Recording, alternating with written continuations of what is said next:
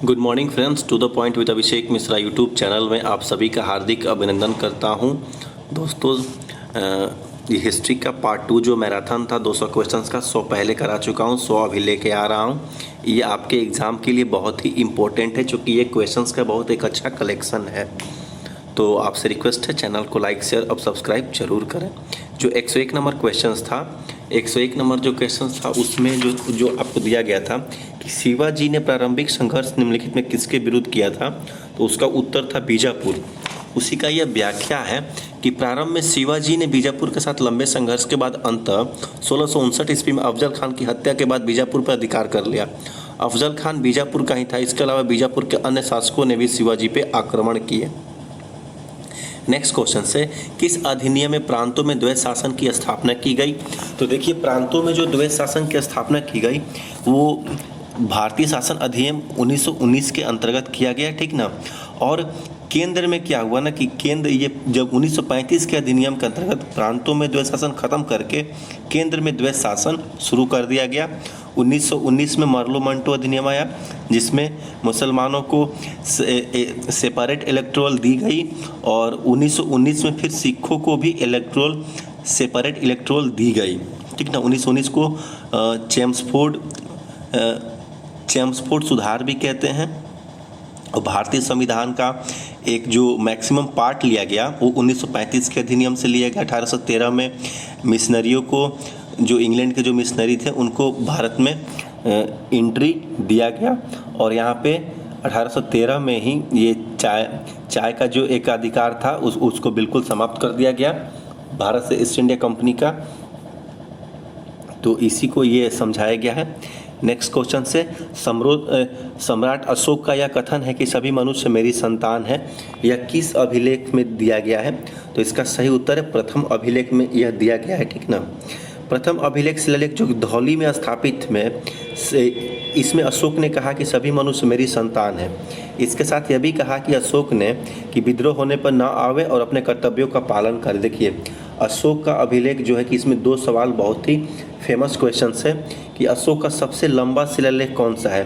तो 13वां सबसे लंबा शिलालेख है, और जो सबसे छोटा है वो आपका रुमनी देई जो शिलालेख है वो सबसे छोटा है। और ये जो धौली है ना, धौली जो गुजरात के उड़ीसा के धौली में स्थित है, पूरी डिस्ट्रिक्ट में। नेक्स्ट क्वेश्चन से चंपारण आने के लिए गांधी जी को किसने प्रेरित किया था। सही उत्तर है राजकुमार शुक्ल ने, और साथ में ये राजेंद्र प्रसाद और नारायण सिन्हा भी वहाँ पे चंपारण गए हुए थे।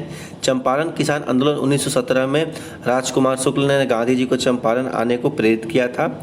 यहाँ पे यूरोपीय नील उत्पादकों के विरुद्ध गांधी जी ने नेतृत्व में किसान द्वारा अहिंसक आंदोलन चलाया गया। नील की खेती में 3 कठिया पद्धति 3/20 पद्धति खेती करनी पड़ती थी। राजेंद्र प्रसाद के सहयोग से गांधी जी ने कृषकों की वास्तविक स्थिति की जांच की। इस आंदोलन के पश्चात 3 कठिया पद्धति समाप्त कर अवैध रूप से वसूल धन का 25% भाग किसानों को वापस कर दिया गया, ठीक ना। किसान 35% पे अड़े हुए थे, लेकिन गांधी जी 25% पे मध्यस्थता करके काम इसका क्लियर कर दिए, ठीक ना। और ये गांधी जी का 1915 में जब भारत में एंट्री किए 9 जनवरी 1915 को, उसके बाद से यह पहला आंदोलन था और बिल्कुल सफल हो गया। नेक्स्ट क्वेश्चन, निम्नलिखित में से सर्वप्रथम पित्रादिउरा शैली का प्रयोग किस इमारत में किया गया। तो सही उत्तर है एतमादौला के मकबरे में, ठीक ना। बुलंद दरवाजा पता है आपको फतेहपुर सीकरी में है। मुगल काल में सर्वप्रथम पित्रादिउरा शैली का प्रयोग नूरजहां ने अपने पिता एतमादौला के मकबरे में करवाया था। एतमादौला का मकबरा आगरा में स्थित है और यह 1626 ईस्वी में बनवाया गया था। नेक्स्ट क्वेश्चन, निम्नलिखित में से किस आंदोलन ने अरुणा आसफ अली जुड़ी हुई थी। तो देखिए, ये भारत छोड़ो आंदोलन था जिसका एक सवाल आता है कि नेतृत्वकर्ता कौन थे। तो देता है ऑप्शन महात्मा गांधी, जो कि गलत है। इसका कोई नेतृत्व नहीं किए थे। गांधी जी ने देश को संबोधित करते हुए यह साफ स्पष्ट कर दिया था कि जब सब किसी की गिरफ्तारी हो जाएगी, कोई नहीं बचे, तो जनता इसका स्वयं नेतृत्व करेगा, यानी कि हर व्यक्ति इसका नेतृत्व करेगा। तो अरुणा आसफ अली, जो कि ये रेडियो का जो रेडियो के द्वारा स्वतंत्रता को आगे भूमिगत रहते हुए इन्होंने बढ़ाया। सविनय अवज्ञा 1930 में हुआ, व्यक्तिगत सत्याग्रह 1940 में हुआ जिसका प्रथम थे वो विनोबा भावे, असहयोग आंदोलन 1920 में शुरू हुआ था। वही चीज़ नीचे दिया हुआ है, ठीक ना। नेक्स्ट क्वेश्चन, निम्नलिखित में से कौन सा भारत छोड़ो आंदोलन से संबंधित नहीं था? तो देखिए ये आपका मोहम्मद अली जिन्ना भारत छोड़ो आंदोलन में शामिल नहीं हुए थे। बाद बाकी अरोड़ा असफ अली, महात्मा गांधी, जयप्रकाश नारायण ये लोग भाग लिया था। जिसमें क्या हुआ कि जो बहुत लोग गांधी जी वगैरह का जब गिरफ्तारी हो गया तो उसके बाद अरोड़ा असफ अली और जयप्रकाश नारायण जो कि ये अपना आज़ाद दस्ता नामक संगठन बना के ये लोग भूमिगत रह के इसका संचालन किया। नेक्स्ट क्वेश्चन से, निम्नलिखित में से किस दल ने 3 जुलाई 1947 को भारत के विभाजन के विरुद्ध काले दिवस के रूप में मनाया था? क्योंकि यह विभाजन के बाद मुस्लिम बहुल प्रांतों को चुनाव करना था कि वे भारत में शामिल होंगे या नवगठित पाकिस्तान में। तो इसका सही उत्तर है हिंदू महासभा, ठीक ना। हिंदू महासभा ने 3 जुलाई 1947 को भारत के विभाजन के विरुद्ध काले दिवस के रूप में मनाया गया क्योंकि विभाजन के बाद मुस्लिम बहुल प्रांतों में को चुनाव करना था कि वो भारत में शामिल होंगे या नवगठित पाकिस्तान में। फॉरवर्ड ब्लॉक आप लोगों को पता ही है, सुभाष चंद्र बोस ने इसकी स्थापना किया था। भारतीय राष्ट्रीय कांग्रेस की स्थापना एओहिम 1885 में किया था।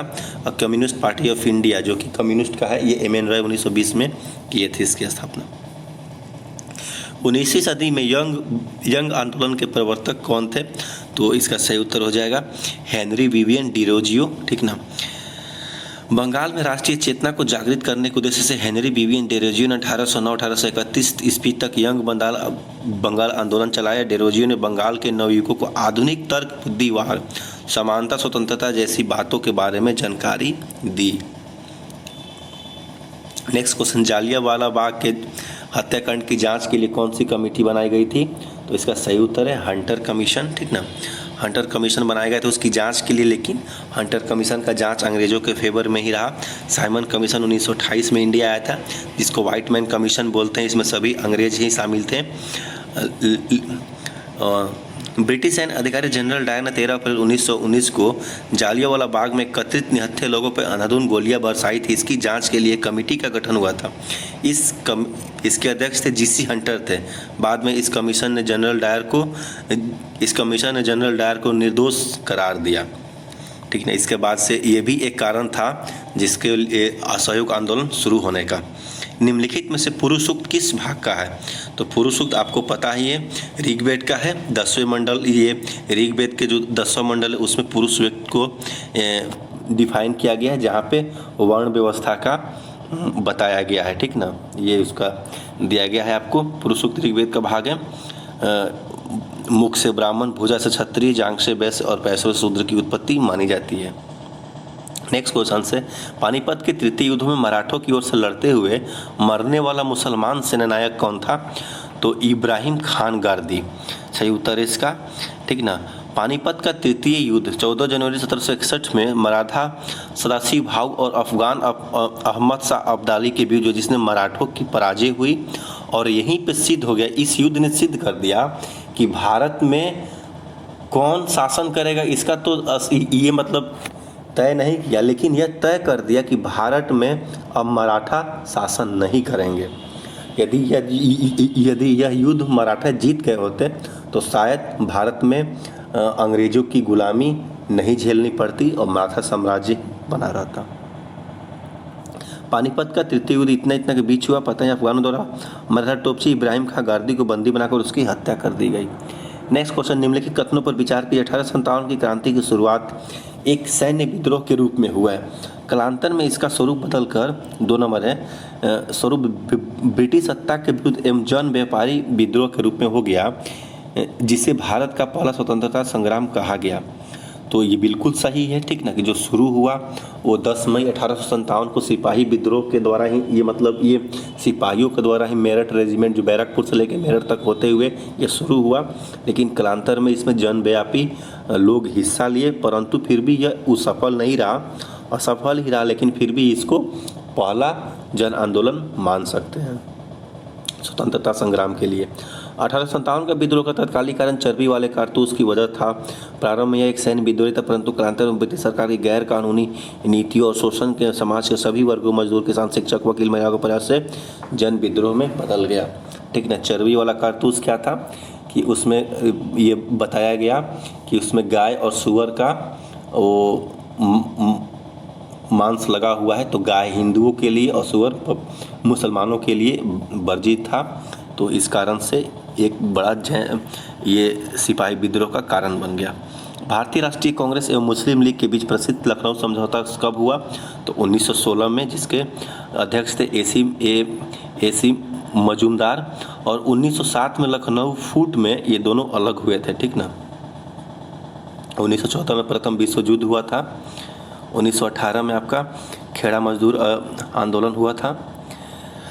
संवैधानिक सुधारों के लिए एक योजना बनाई जा सके, इसके लिए 1916 में कांग्रेस और मुस्लिम लीग के मध्य समझौता हुआ, और कांग्रेस में प्रथम देखिए जो 1900 देखिए लखनऊ अधिवेशन की अध्यक्षता एसी मजूमदार ने किया था, और यहीं पे लखनऊ अधिवेशन में ही मुस्लिम लीग को कांग्रेस ने भी वैधानिकता प्रदान कर दिया। वर्ष 1905 में सर्वेंट्स ऑफ इंडिया सोसाइटी की अध्यक्षता हुई थी, ये स्थापना हुई थी कहाँ पे? तो ये आपका हुआ था पूना में। ठीक नहीं। इसका कौन किया? तो गोपाल कृष्ण गोखले किए थे। बहुत फेमस क्वेश्चन 1905 में, और देख लीजिएगा। इस सोसाइटी में श्रीनिवासन शास्त्री जी, देवघर पंडित हृदयनाथ कुंजरू, NM जोशी जैसे महान समाज सेवक पैदा हुए थे। नेक्स्ट क्वेश्चन है, मुस्लिम लीग के किस अधिवेशन एम जिन्ना ने 2 राष्ट्र को प्रतिपादित किया? तो ये आपको फेमस क्वेश्चन लाहौर अधिवेशन में। ठीक ना। जिन्ना जो थे ना, जिन्ना वो भारत का विरोध नहीं चाहते थे, भारत का विरोध नहीं करते थे शुरुआत में, लेकिन गांधी जी के सामने उनका कद इतना छोटा हो गया कि फिर वो समझ गए कि यदि भारत एकीकृत भारत रहा तो हमारा यहाँ पे कद नहीं रहेगा। फिर उन्होंने एक अपना ये संप्रदायवाद का कार्ड खेला, और आगे चल के ये पाकिस्तान को अलग कराने में एक महत्वपूर्ण भूमिका निभाई। तो मुस्लिम लीग के लाहौर अधिवेशन 1940 में मोहम्मद अली जिन्ना ने तीव्र सिद्धांत की मान्यता दी। इस अधिवेशन में पृथक मुस्लिम राज्य के निर्माण के प्रस्ताव का पाकिस्तान शब्द का उल्लेख नहीं था। देखिए यहाँ पे पाकिस्तान शब्द का उल्लेख नहीं था, लेकिन पृथक मुस्लिम राज्य का उल्लेख हुआ, और बाद में पाकिस्तान शब्द जो था ना, वो एक ऑक्सफोर्ड यूनिवर्सिटी के एक स्टूडेंट रहमत अली चौधरी ने पाकिस्तान शब्द का नामकरण किया। और लखनऊ अधिवेशन 1916 में हुआ था, पता ही है आपको। ठीक ना। नेक्स्ट क्वेश्चन से इसको मिलान करें। देखिए ये इतना फेमस, मतलब इतना इस पूरे क्वेश्चंस का इतना ये हाईलाइटेड क्वेश्चन है कि इसको आप जरूर देखें और याद करें, क्योंकि ये अगस्त घोषणा, अगस्त प्रस्ताव, अगस्त संकल्प एक साथ दे देगा ना, तो हम मतलब जो अच्छा लोग कन्फ्यूज कर जाएगा। इसलिए देखिए इसका सुमेलित करना है। देखिए तो 1 का A, 2 का 2, 3 का 4 और 4 का 3 दिया है। अगस्त घोषणा कब ये हुआ था? तो इसका किए थे मॉन्टेग्यू। ठीक ना। और अगस्त घोषणा 1917 में हुआ था। ठीक ना। मॉन्टेग्यू चेम्सफोर्ड उस समय थे। अगस्त प्रस्ताव कब हुआ? तो ये लॉर्ड लॉन्गलिथगो में 42 में हुआ था। ठीक ना। उसके बाद से अगस्त संकल्प कब हुआ? तो आपका अगस्त संकल्प महात्मा गांधी के द्वारा किया गया, और प्रत्यक्ष कार्रवाई एम जिन्ना 16 अक्टूबर 1946 को किया, जिसके कारण दंगे हुए। देखिए इसका व्याख्या है। अगस्त घोषणा मॉन्टेग्यू ने 20 अगस्त 1917 को किया था। ठीक ना। अगस्त प्रस्ताव लॉर्ड लॉन्गलिथगो ने 8 अगस्त 1940 को किया था। सॉरी, मैं 42 बोल दिया था। अगस्त संकल्प महात्मा गांधी 9 अगस्त 1942 को लिए थे, जिस दिन भारत छोड़ो आंदोलन शुरू हो गया था। और प्रत्यक्ष कार्रवाई दिवस मोहम्मद अली जिन्ना 16 अगस्त 1946 को किया था। निम्नलिखित में से वर्ष तो 1947 में भारत के विभाजन के कारण है था। भारत का विभाजन खंपारण क्या था? तो ये उत्तर सभी था। सांप्रदायिक शक्तियों का विजय, कांग्रेस की नीतियों का विफलता, अंग्रेजों की फूट डालो और राज करो की नीति, उपयुक्त सभी इसका उत्तर हो जाएगा। ठीक ना।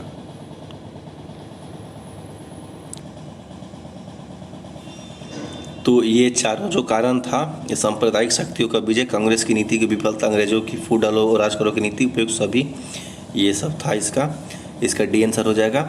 नेक्स्ट क्वेश्चन से निम्नलिखित में से जिस वेद की रचना गद्य और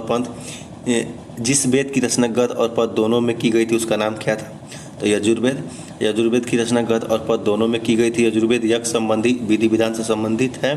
इसके 2 भाग हैं। शुक्ल यजुर्वेद केवल पद में और कृष्ण यजुर्वेद जो कि पद और गद दोनों में है। अशोक के किस स्तंभ लेख पर हाथी का अंकन किया गया था? तो उत्तर है इसका संकिसा। मौर्य सम्राट अशोक के बिहार के चंपारण में स्थित लौरिया नंदनगढ़ स्तंभ अभिलेख का मोर का चित्र वर्णित है, जो कि मौर्य शासक का इंगित करता है। अशोक के कुल 7 स्तंभ लेख विभिन्न 6 जगहों से मिले हैं, ठीक ना। ये आपका सांची हो गया, सारनाथ हो गया बनारस के पास में।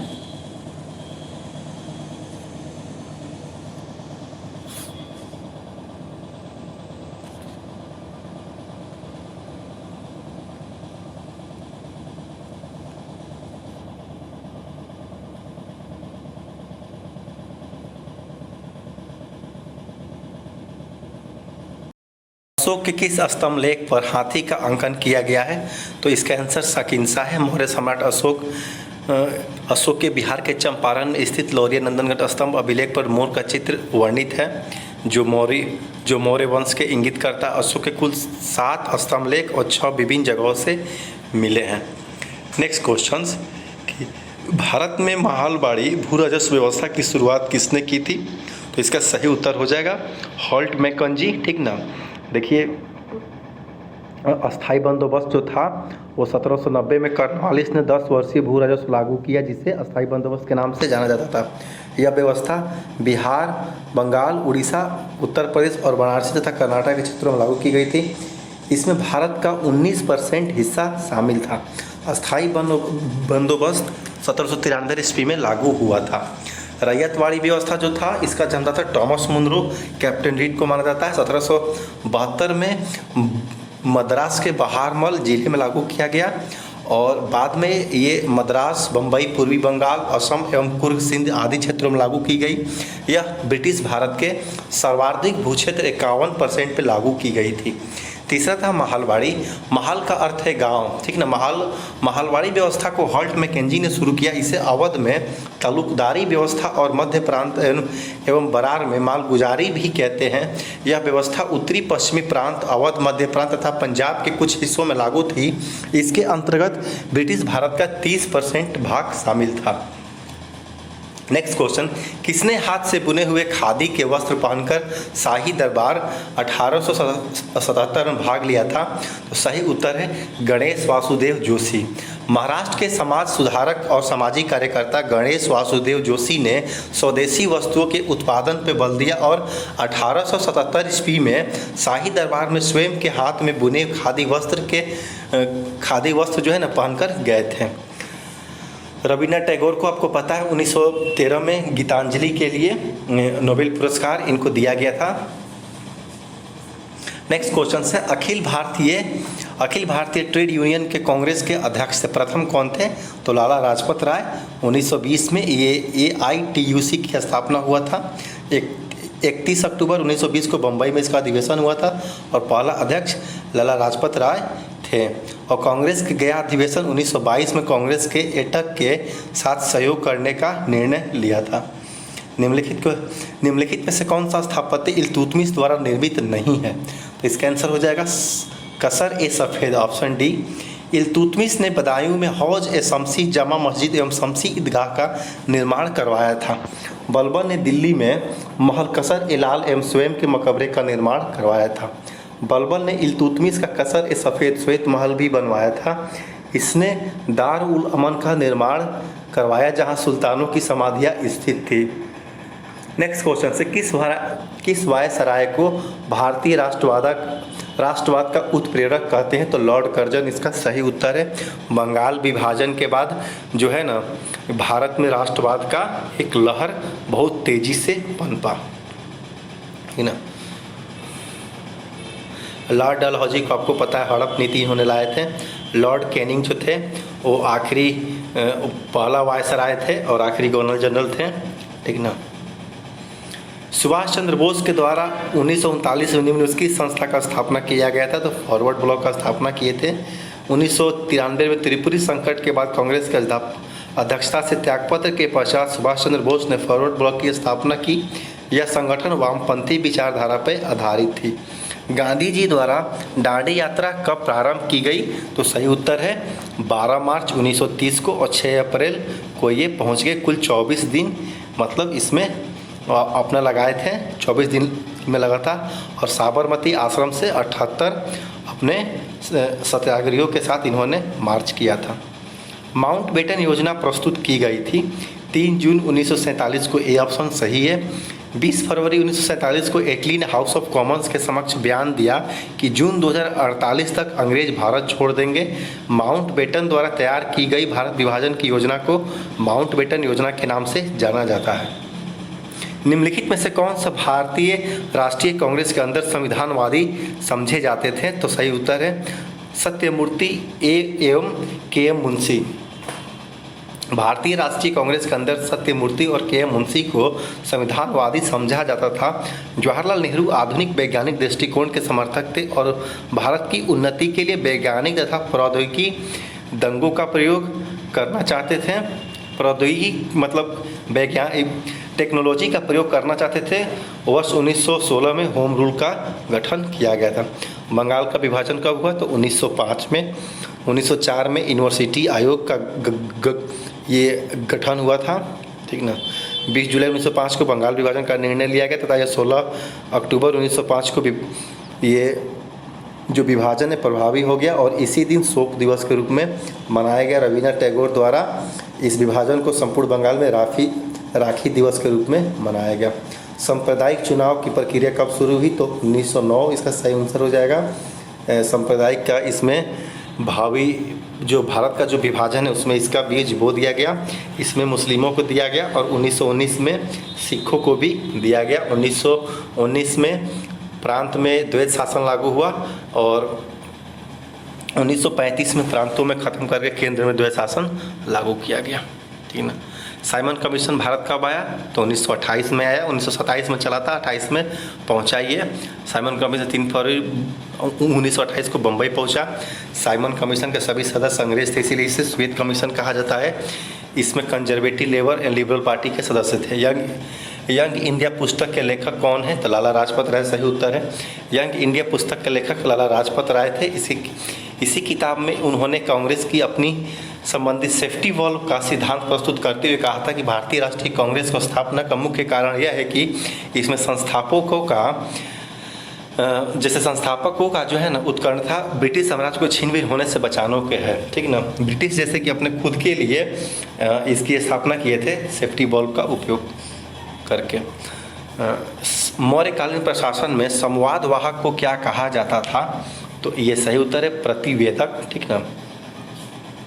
मौर्यकालीन प्रशासन में संवादवाहक को प्रतिवेदक कहा जाता था। सम्राट अशोक ने अपने 6ठे शिलालेख में मैं भी समय सम्राट को मिल सकते थे, चाहे वो शयन कक्ष में भोजन कर रहे हो, चाहे उद्योग होटल उद्यान में हो। प्रतिवेदक जन कल्याणी कार्यों की ओर जनता की समस्याओं की सूचना तुरंत सम्राट को देंगे। निम्नलिखित कालानुक्रम को लगाते हुए नीचे दिए हुए सही उत्तर को चुनिए। देखिए इसमें द्वितीय गोलमेज सम्मेलन, दांडी मार्च, पूना पैक्ट, गांधी इरविन समझौता। तो देखिए इसमें सबसे पहले आपका हुआ था दांडी मार्च, तो आपका 1930 में हुआ था, ठीक है। द्वितीय गोलमेज सम्मेलन 31 में हुआ था, पूना पैक्ट 32 में हुआ था और गांधी इरविन समझौता भी आपको 31 में ही हुआ था, ठीक ना। तो इसका सही कालानुक्रम आप देख लीजिए। दांडी मार्च जो है 12 मार्च 1930 को हुआ था। गांधी इरविन 5 मार्च 1931 को हुआ था। फिर से द्वितीय गोलमेज सम्मेलन जो है 7 सितंबर 1931 को हुआ था और पूना पैक्ट 24 सितंबर 1932 को हुआ था। भारत की स्वतंत्रता के समय कांग्रेस के अध्यक्ष कौन थे? तो जे.बी. कृपलानी सही उत्तर हो जाएगा। मौलाना अबुल कलाम आज़ाद सबसे अधिक समय तक ये कांग्रेस का अध्यक्ष है, 40 से लेकर 46 तक, क्योंकि कांग्रेस का कोई ये नहीं। डॉक्टर राजेंद्र प्रसाद संविधान के अस्थाई अध्यक्ष थे। जवाहरलाल नेहरू रहा। जवाहरलाल नेहरू पहले आपके देश के प्रधानमंत्री थे और ये 1929 में कांग्रेस की अध्यक्षता भी किए थे लाहौर अधिवेशन की। रविन्द्रनाथ टैगोर ने अपनी नाइटहुड की उपाधि किस कारण त्याग दी थी? तो सही उत्तर है जालियांवाला बाग की दुखद घटना के बाद, ठीक ना। नागरिक अवज्ञा आंदोलन ये तो आपको 1930 में चौरी चौरा कांड 5 फरवरी 1922 को हुआ था, ठीक ना। भगत सिंह को फांसी 23 मार्च को दिया गया था 1931 को। ये लंदन में द्वितीय गोलमेज सम्मेलन में आयोजन का केंद्र था सेंट जेम्स पैलेस, ठीक ना। सेंट जेम्स पैलेस लंदन में द्वितीय गोलमेज सम्मेलन 7 सितंबर 1931 से 1 दिसंबर 1931 तक चला। इस सम्मेलन में महात्मा गांधी ने एकमात्र कांग्रेस के प्रतिनिधि के रूप में भाग लिया था। किसने कहा था हिंदू मुसलमान भारत की 2 आंखें हैं? तो सही उत्तर है सर सैयद अहमद खान। सर सैयद अहमद खान ने कहा था कि हिंदू मुसलमान भारत की 2 आंखें हैं। क्वेश्चन बहुत अच्छा है। सर सैयद अहमद खान ने एक पत्रिका तहजीब उल अखलाक भारत की नैतिकता फारसी भाषा में निकाली थी। नेहरू रिपोर्ट किसने तैयार किया था? तो मोतीलाल नेहरू ने। साइमन कमीशन 1927 में, प्रत्युत्तर में नेहरू रिपोर्ट 1928 तैयार किया गया, जिसमें भारत के नए डोमिनियन संविधान की खाका तैयार करने के लिए कहा गया, लेकिन सर्वदलीय समिति ने अध्यक्ष मोतीलाल नेहरू थे, जवाहरलाल नेहरू इसके सचिव थे और जवाहरलाल नेहरू ने ही इसका विरोध कर दिया, वो पूर्ण स्वराज की मांग कर दिए। निम्नलिखित से किसने तीनों गोलमेज सम्मेलन में भाग लिया? भीमराव अम्बेडकर सही उत्तर हो जाएगा ना। मदन मोहन मालवीय जो कि बीएचयू का ये स्थापना किए थे। महात्मा गांधी के बारे में आप लोगों को पता ही है। भीमराव अम्बेडकर ये तीनों गोलमेज सम्मेलन में भाग लिए थे। प्रथम गोलमेज सम्मेलन 12 नवंबर 1930 से 13 जनवरी 1931 तक लंदन के सेंट जेम्स पैलेस में हुआ। उस समय ब्रिटेन का प्रधानमंत्री रैमजे मैकडोनाल्ड था, वायसराय इरविन थे और इसमें 76 भारतीयों ने भाग लिया था। BS मुंजे, MR जयकर हिंदू महासभा के प्रतिनिधि थे। राज्यसभा से 3 शासक बीकानेर के गंगा सिंह, धौलापुर के उदय सिंह, अलवर के जय सिंह ने भाग लिया था। द्वितीय गोलमेज सम्मेलन 7 सितंबर 1931 से 1 दिसंबर 1931 तक लंदन के सेंट जेम्स पैलेस में हुआ। कांग्रेस का एकमात्र सदस्य गांधी जी थे। JS राजपुताना नामक जहाज से लंदन पहुंचे थे। अम्बेडकर AS कॉन्स्टेंटिनोस्लो नामक जहाज से पहुंचे थे। द्वितीय गोलमेज सम्मेलन में भारत के वायसराय वेलिंगटन थे। भारत सचिव सैमुअल होर ने गांधी का परिचय बकिंघम पैलेस में सम्राट से करवाया था। तृतीय गोलमेज सम्मेलन 17 नवंबर 1932 से 24 दिसंबर 1932 तक लंदन में हुआ। इसने कांग्रेस में भाग नहीं लिया। तीनों गोलमेज की अध्यक्षता ब्रिटिश प्रधानमंत्री रैमजे मैकडोनाल्ड ने की थी। हिंदू विधवा पुनर्विवाह एक्ट किस गवर्नर के समय पारित हुआ? तो लॉर्ड कैनी के समय में 1856 में पारित हुआ था। इस एक्ट के तहत विधवा महिलाओं को पुनर्विवाह की अनुमति मिली थी। किस जैन धर्म के अनुसार 22वें तीर्थंकर अरिस्टोनेमी वासुदेव कृष्ण के समकालीन थे? तो इस सही उत्तर है उत्तराध्यान सूत्र। जैन ग्रंथ उत्तराध्यान में अरिस्टोनेमी भागवत धर्म के वासुदेव कृष्ण के समकालीन माने जाते थे। ऋग्वेद में ऋषभ देव तथा अरिस्टोनेमी का उल्लेख मिलता है। दूसरे तीर्थंकर अजीतनाथ का उल्लेख यजुर्वेद में मिलता है। नेक्स्ट क्वेश्चन, अशोक के किस स्तंभ लेख में आजीविकों के व निर्ग्रंथों का संघ के साथ उल्लेख मिलता है? तो इसका सही उत्तर हो जाएगा 7वां बृहत स्तंभ लेख। अशोक के बृहत स्तंभ लेख 7 है, जो 6 स्थानों से प्राप्त होते हैं। दिल्ली टोपर स्तंभ पहले अम्बाला हरियाणा में स्थित था, जिसे फिरोज शाह तुगलक ने दिल्ली में स्थापित करवाया। केवल इस बृहत स्तंभ लेख में 1 से 7 अभिलेख मिलते हैं। इसके 7वें अभिलेख स्तंभ लेख में आजीविकों व निर्ग्रंथों के संघ के उल्लेख मिलता है। नेक्स्ट क्वेश्चन से, हड़प्पा कालीन स्थल कुंतासी स्थित है? तो पश्चिमी सौराष्ट्र में कुंतासी, यह पश्चिमी सौराष्ट्र राजकोट के मालवीय तालुके में फुल्की नदी के दाहिने तट पे स्थित विकसित हड़प्पाकालीन पतन बस्ती है। PP पांड्या द्वारा जानकारी दी गई, वो YM चितवाला द्वारा खोज की गई। इस टीले को स्थानीय तौर पर बीनो टिम्बे के रूप में जाना जाता है। अलाउद्दीन खिलजी द्वारा प्रचलित बाजार नियंत्रण व्यवस्था की देखरेख किस विभाग के नियंत्रण में थी? तो इसका सही उत्तर है दीवान ए रियासत के अंतर्गत में इसका था। अलाउद्दीन खिलजी के बाजार नियंत्रण हेतु दीवान रियासत नामक विभाग की स्थापना तथा सहना दीवान ए मंडी व बरीद दीवान ए मंडी के अधिकारी सहना दीवान ए मंडी व बरीद दीवान ए मंडी नामक अधिकारी नियुक्त किए गए। मलिक याकूब को प्रथम दीवान नियुक्त किया गया। श्रवण बेलगोला स्थित बाहुबली की महान प्रतिमा का निर्माण किस काल में हुआ? तो ये गंगवंश के काल में हुआ। श्रवण बेलगोला स्थित यह विशाल प्रतिमा 18 मीटर यानी 57 फुट ऊंची है। विश्व भर में एक पत्थर से बनी किसी सहारे के खड़ी यह सबसे लंबी मूर्ति है। मैसूर के गंग राजाओं के सेनापति एवं प्रधानमंत्री चामुंड राय द्वारा बनवाया गया था। इंडिका के लेखक कौन है? तो मेगास्थनीज है। मेगास्थनीज सेल्यूकस निकोटर का राजदूत था, जो चंद्रगुप्त मौर्य के राज दरबार में आया था इसने अपनी पुस्तक इंडिका में मौर्ययुगीन समाज और संस्कृति के विषय में लिखा। औरंगजेब के शासनकाल में सर्वाधिक महत्वपूर्ण हिंदू इतिहासकार था। तो सही उत्तर हो जाएगा फुतुहात-ए-आलमगीरी के लेखक पंडित ईश्वरदास नागर। पंडित ईश्वरदास नागर की फतुहात-ए-आलमगीरी में राजपूताना व मालवा की और औरंगजेब कालीन घटनाओं का वर्णन मिलता है। निम्नलिखित में से किस मस्जिद का निर्माण दिल्ली में निर्मित कुतुब मस्जिद तथा 2.5 दिन झोपड़े के भांति हुआ? तो ये खंभात का जामा मस्जिद, ठीक ना। ये मतलब जैसे कि दिल्ली का जो ये आपका जो निम्न किस मस्जिद का निर्माण दिल्ली में निर्मित कुतुब मस्जिद तथा 2.5 दिन के झोपड़े के भांति, माने इसी को देखकर वो हुआ, तो इसका उत्तर हो जाएगा खंभात की जामा मस्जिद। खंभात की जामा मस्जिद, इसका निर्माण 1325 ईस्वी में हुआ। स्थापत्य शैली की दृष्टि से इसका निर्माण दिल्ली में निर्मित कुतुब मस्जिद और 2.5 दिन के झोपड़े के भांति हुआ। इसमें मेहराबों का प्रयोग है ना स्वतंत्रता पूर्वक किया गया। हैबत खां की मस्जिद, यह गुजरात में स्थित है। इसका निर्माण 1412 ईस्वी में हुआ। इस मस्जिद की शैली में तुगलक वंश फिरोज शाह तुगलक की स्थापत्य शैली का प्रभाव पड़ता है। काली मस्जिद, इसे 2 मंजिला मस्जिद का निर्माण फिरोज शाह तुगलक के शासनकाल में हुआ। यह मस्जिद तुगलक कालीन स्थापत्य कला की उत्कृष्ट उदाहरण है। खिड़की मस्जिद, इसका निर्माण 1375 में जहांपहाड़ नगर में हुआ। यह वर्गाकार तथा चारों कोनों पर ढालू बुर्जों पर निर्माण किया गया है। नेक्स्ट क्वेश्चन से कौन सा इसमें असुमेलित है? तो श्री एनी बेसेंट दिल्ली 1918, ये 17 में ये अध्यक्ष थी, ठीक ना। तो ये मतलब सही नहीं है। जवाहर जूले इलाहाबाद में 1888 में थे। ये प्रथम मतलब कौन थे? ब्रिटिश थे जो इसके अध्यक्ष बने थे कांग्रेस के। बाद बाकी सब सही है। सरोजिनी नायडू कानपुर 1925 में बनी थी। देखिए सही हो जाएगा। कानपुर अधिवेशन, ये कलकत्ता अधिवेशन 1917 में एनी बेसेंट कांग्रेस की पहली महिला अध्यक्ष बनी थी। बाद बाकी सब सही है। ये आपका मिलान करने के लिए ये दिया गया है, ठीक ना। तो देखिए लोथल से आपको मिल जाएगा ये इसका सी आंसर है। तो 1 का 4 लोथल से आपको मिल जाएगा कंपास, ठीक ना। कालीबंगा से आपको मिल जाएगा ये ऊँट की अस्थिया। और मीठाथल से आपको मिल जाएगा तांबे की कुल्हाड़ी। और धौलावीरा से मिल जाएगा आपको सूचना पत्र, ठीक ना। इसको पॉज करके आपको पढ़ना हो तो पढ़ लीजिएगा। बाद बाकी टाइम की कमी है, तेजी में चलते हैं।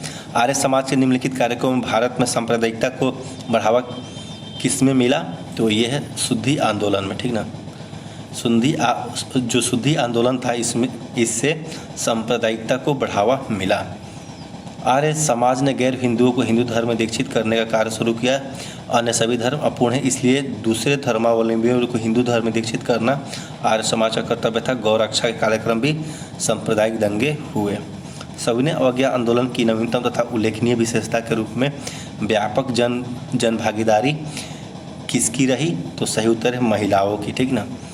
जैसे कि जो पहला जो चरण था ना असहयोग आंदोलन, उससे ज़्यादा सविनय अवज्ञा में महिलाओं की भागीदारी रही। औरंगजेब ने किस गवर्नर जनरल को भारत से निष्कासित कर दिया था? तो सही उत्तर है सर जॉन चाइल्ड को। 17वीं सदी के अंत तक अनाधिकृत व्यापारियों ने समुद्र में खुलेआम लूटपाट प्रारंभ कर दी थी। 1686 में 2 लुटेरों जहाज़ों ने लाल सागर में अनेक मुगल जहाज़ों को जबरन अधिकार में ले लिया था। इससे सूरत के मुगल सूबेदार ने अंग्रेज विशेषकर सूरत के अध्यक्ष और बम्बई के गवर्नर सर जॉन चाइल्ड के विरुद्ध कार्यवाही हेतु उग्रता व्यक्त की थी। जहांगीर की आत्मकथा की शीर्षक क्या है? तो तुजुक ए जहांगीरी है। तुजुक ए जहांगीरी को इकबाल नामा ए जहांगीरी या जहांगीरनामा या मुआसिर ए जहांगीरी के नाम से जाना जाता है। तुजुक ए जहांगीरी के क्रमशः जहांगीर मोतमिद खां व मोहम्मद हादी द्वारा लिखा गया था। विजयनगर साम्राज्य को किस राजा को आंध्र भोज के नाम से जाना जाता है? तो सही उत्तर है कृष्णदेव राय। विजयनगर साम्राज्य के प्रसिद्ध तुलु वंशी शासक कृष्णदेव राय को आंध्र भोज, आंध्र पितामह तथा अभिनव भोज कहा जाता है। उन्होंने तेलुगु में अमुक्त मालदा तथा संस्कृत में जाम्बवती कल्याणम की रचना की। इनके दरबार में तेलुगु साहित्य के 8 विद्वान रहते थे जिन्हें अष्टदिग्गज कहा जाता था। निम्नलिखित उपाधियों में से कौन सा एक समुद्रगुप्त से संबंधित नहीं है? तो इसका सही उत्तर हो जाएगा विक्रमादित्य। समुद्रगुप्त की अश्वमेध प्रकार की मुद्राओं पर अश्वमेध पराक्रम उपाधि अंकित है। यह लिच्छवी राजकुमारी कुमार देवी से उत्पन्न हुआ था, इसलिए इसकी एक उपाधि लिच्छवी दौहित्र भी थी। संपूर्ण गुप्त वंश में केवल समुद्रगुप्त के लिए ही सर्वराज्योच्छेदता की उपाधि मिलती है। इसके अतिरिक्त इसने सिक्कों पर धनुधारी प्रकार में अप्रतिरथ व्याघ्रधन हनन प्रकार में राजा समुद्रगुप्त उत्कीर्ण मिलता है, जबकि विक्रमादित्य उपाधि चंद्रगुप्त द्वितीय की है। भारत में मुगल शासन की स्थापना के पूर्व मुगल शासकों के पूर्वजों की उपाधि क्या थी? तो यह है मिर्जा। भारत में मुगल शासन की स्थापना से पूर्व मुगल शासकों के पूर्वजों की उपाधि मिर्जा थी। 1526 में बाबर ने भारत में जिस राजवंश की स्थापना की वह तुर्की नस्ल की चगताई वंश था, परंतु आमतौर पर इसे मुगल पुकारा गया। 14 फरवरी 1483 को जन्मे बाबर पृथ्वी वंश की ओर से तैमूर का 5वां वंशज और मातृवंश की ओर से चंगेज खां का 14वां वंशज था। बाबर के पिता उमर शेख मिर्जा तथा माता कुतलुग निगार खानम थी। 1507 में बाबर ने मिर्जा की उपाधि त्याग कर स्वयं को बादशाह या पातशाह पद पर स्थापित कर लिया।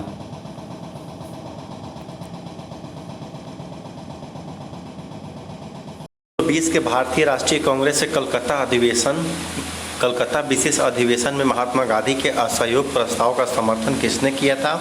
तो सही उत्तर है मोतीलाल नेहरू ने। सन 1920 के कलकत्ता अधिवेशन में गांधी जी ने गांधी जी के कार्यक्रम के विरोध की आशंका थी, किंतु गांधी ने फिर भी प्रस्ताव पास करा लिया। गांधी जी के समर्थक मोतीलाल नेहरू, सैफुद्दीन किचलू, शौकत अली, यकूब हसन, डॉक्टर अंसारी, जितेंद्र लाल बनर्जी थे, जबकि विरोधियों में मदन मोहन मालवीय व एनी बेसेंट थी। कौटिल्य के अर्थशास्त्र में निम्नलिखित में से किसी अधिकारी को कर वसूलने को कार्य कहा गया था? तो वह समाहर्ता, जो आज डीएम जिसको बोलते हैं, ठीक ना, जिला समाहर्ता। कौटिल्य के अर्थशास्त्र में कर वसूलने और आय और व्यय का ब्यौरा रखने वाले वार्षिक बजट तैयार करने इत्यादि को समहर्ता नामक अधिकारी का उल्लेख किया गया। सन्निधाता कोषाध्यक्ष होता था। निम्नलिखित स्थापत्य को कला मतलब क्रम से आप लगाइए, ठीक ना। तो इसका क्रम है 1 4 3 2। पहले 2.5 दिन का झोपड़ा, फिर अलाई दरवाज़ा, फिर हो जाएगा फिरोज शाह कोटला, फिर दीन पना। कुतुबुद्दीन ऐबक ने 2.5 दिन का झोपड़ा का निर्माण करवाया तथा अलाई दरवाज़ा का निर्माण अलाउद्दीन खिलजी ने करवाया था। फिर फिरोज शाह कोटला जो है ना, वो फिरोज शाह तुगलक ने तथा दीन पनाह को हुमायूं ने निर्मित करवाया था। मोहम्मद बिन तुगलक, ये कथन कारण है, मोहम्मद बिन तुगलक ने एक नया स्वर्ण सिक्का जारी किया जो इब्न बतूता द्वारा दिनार कहलाया गया।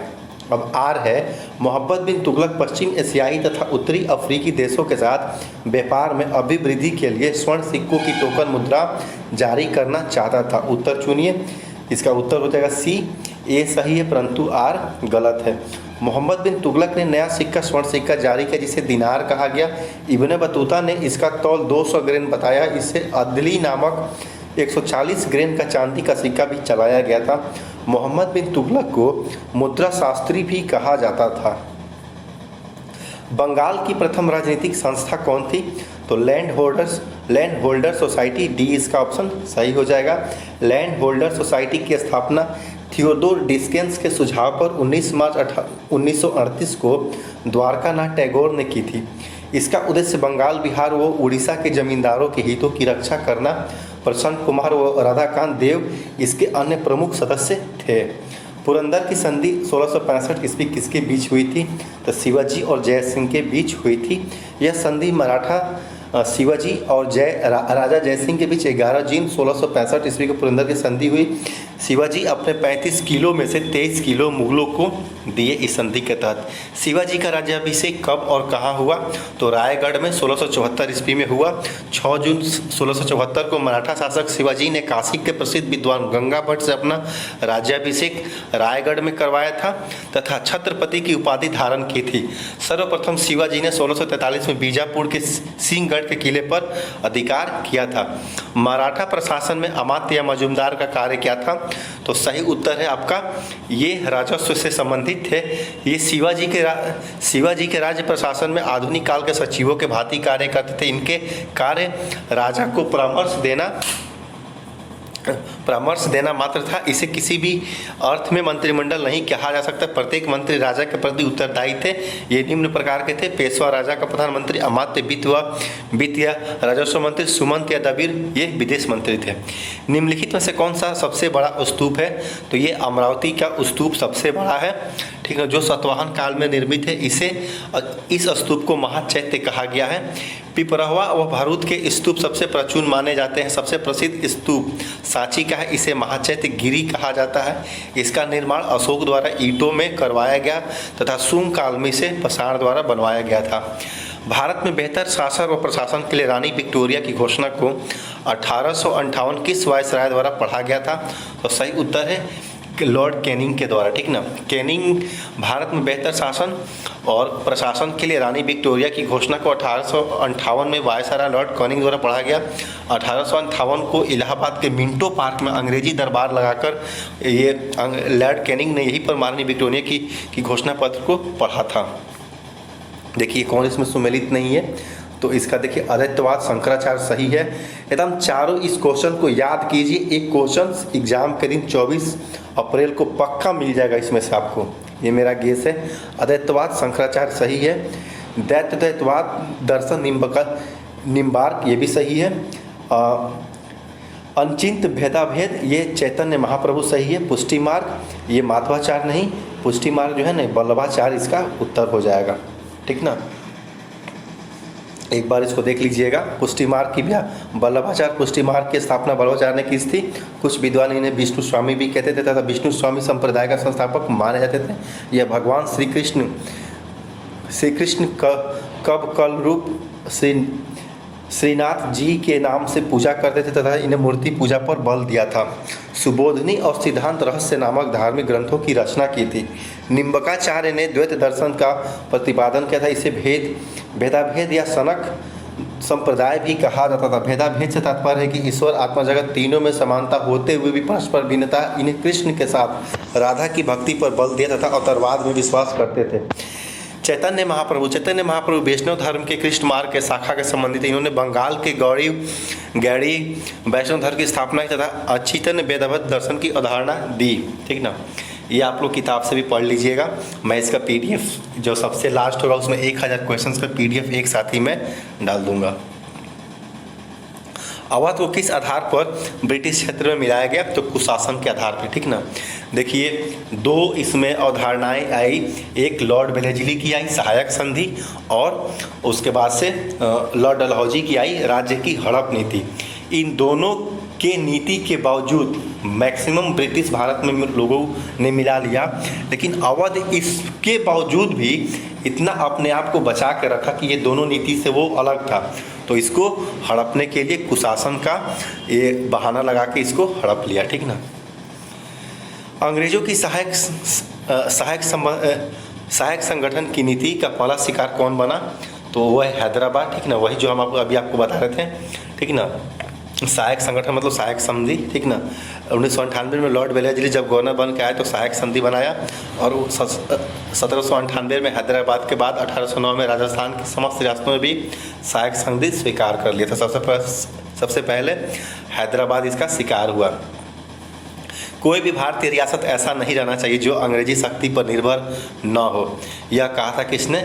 जॉर्ज बार्लो ने। हम याद रख लीजिए, जॉर्ज बार्लो ने 1803 में कहा था कि कोई भी भारतीय रियासत ऐसी नहीं रहना चाहिए जो अंग्रेजी शक्ति पर निर्भर नहीं हो। सुरक्षित घेरे की नीति के बारे में लॉर्ड सेलिसबरी ने कहा था कि यह नीति पृथ्वी को मंगल ग्रह के आक्रमण से बचाने की चंद्रमा की सुरक्षा की तरह है। वाह, इसको एकदम बिल्कुल दोनों कथन को याद कर लीजिएगा, ठीक ना। इसको मिलान करना है, ठीक ना। तो इसका आपका उत्तर हो जाएगा बी, ठीक ना। 1 के 3। देखिए जो चरक है वो चरक संहिता ये बनाए थे, ठीक ना। उसके बाद हो जाएगा बी के 2। नागार्जुन जो है रत्नसार का ये किए थे स्थापना। और 3 के वारभट्ट जो है, वारभट्ट आप अष्टांग हृदय का किए थे। और आपका डी के 4 धन्वंतरी किसे किए थे? निघुंड का किए थे। आयुर्वेद पुस्तकें वो उनके संहिता, ये चारों दिया गया है, पॉज करके देख लीजिएगा। नेक्स्ट क्वेश्चन है, भारत में अंग्रेजी शिक्षा का प्रारंभ करने वाला सर्वप्रथम किसने किया था? तो सही उत्तर है लॉर्ड मैकाले।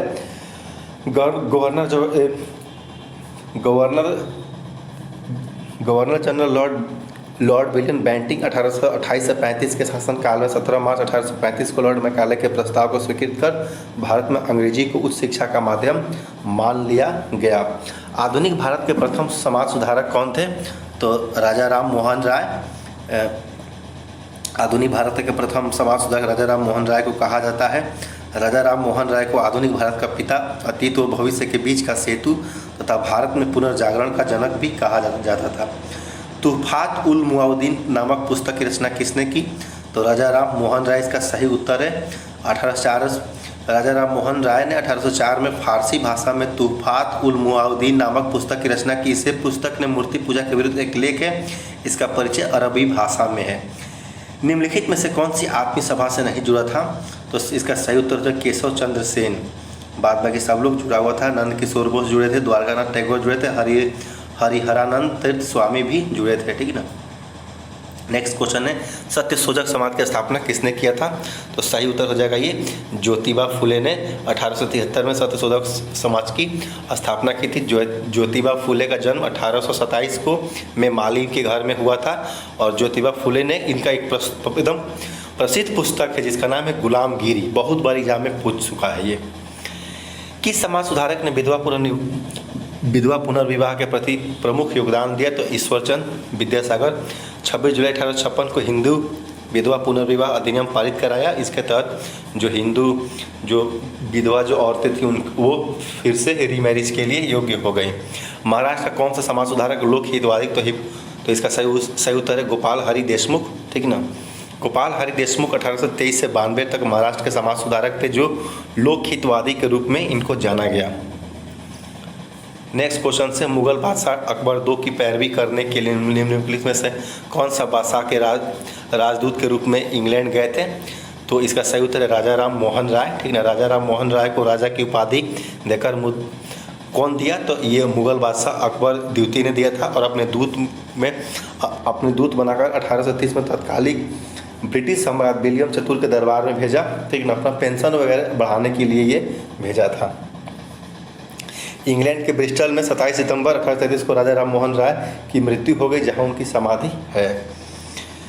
इसका चयन करना है आपको, मिलान करना है। ठीक ना। तो इसका आपका बी इसका उत्तर हो जाएगा। 1 के 3 दयानंद सरस्वती आर्य समाज का किए थे और उसके बाद से राजा राम मोहन राय ब्रह्मा समाज, ये आपको पता ही है। ठीक ना। खान अब्दुल गफ्फार खान खुदाई खिदमतगर, जिसकी सेना का नाम था लाल कुर्ती, जिसे सीमांत गांधी भी कहते थे। और डी का हो जाएगा आपको देवेंद्र टैगोर तत्वबोधिनी सभा। ये चारों भी बहुत ही इंपॉर्टेंट है, देख लीजिएगा आप लोग एक बार इसे। बनारस में सेंट्रल हिंदू स्कूल की स्थापना किसने की थी? तो एनी बेसेंट। और वहाँ पे ही मदन मोहन मालवीय ने BHU का स्थापना किया था। ज्योतिबा फुले क्या पुस्तक है? गुलामगिरी, आपको पता ही होगा। नेक्स्ट क्वेश्चन से देखिए, इसमें दिया है मदन मोहन मालवीय जी के प्रयासों से BHU का 1916 में स्थापना हुआ। 1916 में आपको ये भी पटना हाई कोर्ट का भी स्थापना हुआ था। कम्बोज स्थित अंगकोर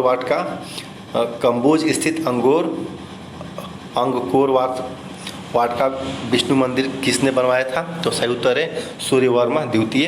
कंबोडिया के अंकोर वाट का स्थित विष्णु मंदिर विश्व का सबसे बड़ा मंदिर है। इस मंदिर का निर्माण 12वीं सदी में कैंडिन ब्राह्मण वंश के शासक सूर्यवर्मा द्वितीय ने करवाया था। हिंदुस्तान गदर पार्टी की स्थापना 1913 में हुआ था। अमेरिका की संस्कृति को लाला हृदयलाल ने किया था। इसका स्थापना का उद्देश्य क्या था? तो अंग्रेजी साम्राज्य को पूर्णतः समाप्त करना।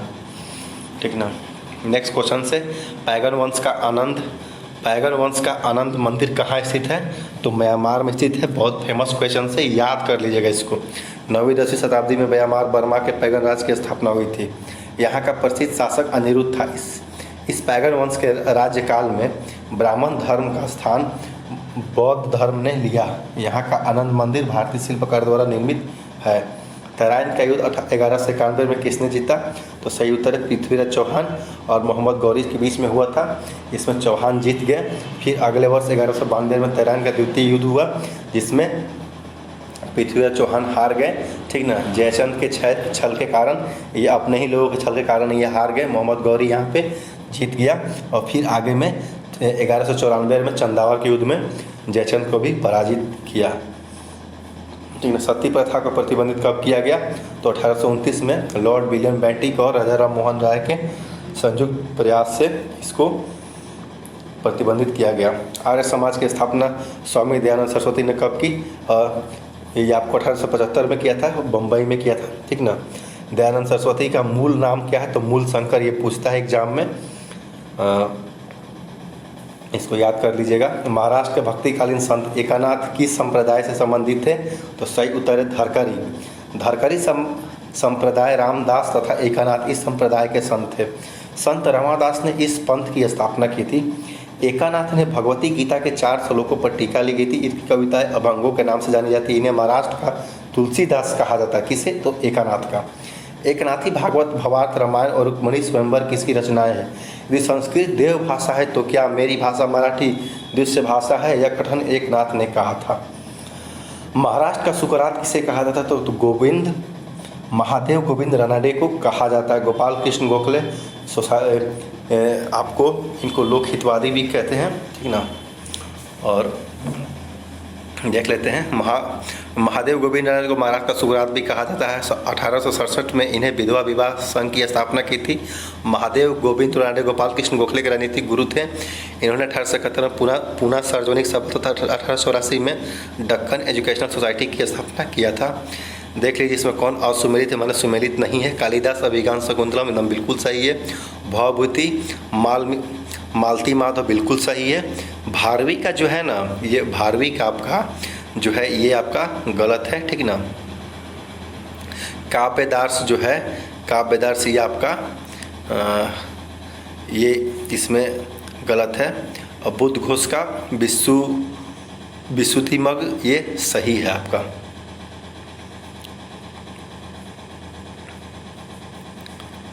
नेक्स्ट क्वेश्चन है, निम्नलिखित में से कौन सी संस्कृत रचना कृष्णदेव राय की नहीं है? तो इसमें सी हो जाएगा वसुचरित, बाद बाकी सब कृष्णदेव राय की रचना है। कृष्णदेव राय संस्कृत में जम्बावती कल्याणम, उषा पणिरे तथा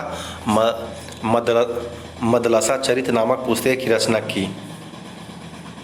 नेक्स्ट क्वेश्चन से, निम्नलिखित में से किसके साथ कृष्णदेव राय ने मैत्रीपूर्ण संबंध रखे थे?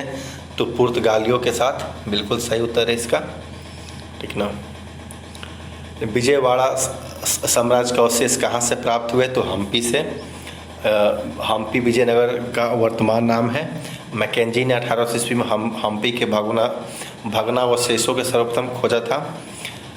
विजयनगर साम्राज्य की स्थापना हरिहर बुक्का 1336 में किया था। विजयनगर साम्राज्य की स्थापना तुंगभद्रा नदी के दक्षिणी तट पे की गई थी। अशोक के सारनाथ सिंह शीर्ष स्तंभ के फलक पर प्रदर्शित पशुओं का सही क्रम क्या है? बहुत ही फेमस, बहुत ही मस्त सवाल है एकदम बिल्कुल। ठीक ना। इसका जो सही क्रम है, पहले हाथी है, फिर अश्व है मतलब घोड़ा, फिर वृक्ष है, तब सिंह है। सूफियों का निवास स्थान क्या कहा जाता है? तो खानकाह इसको बोलते हैं। ठीक ना।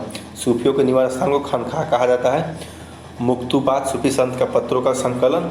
जमायत खाना यह भी निवास स्थान होता है लेकिन खानकाह से बड़ा होता है।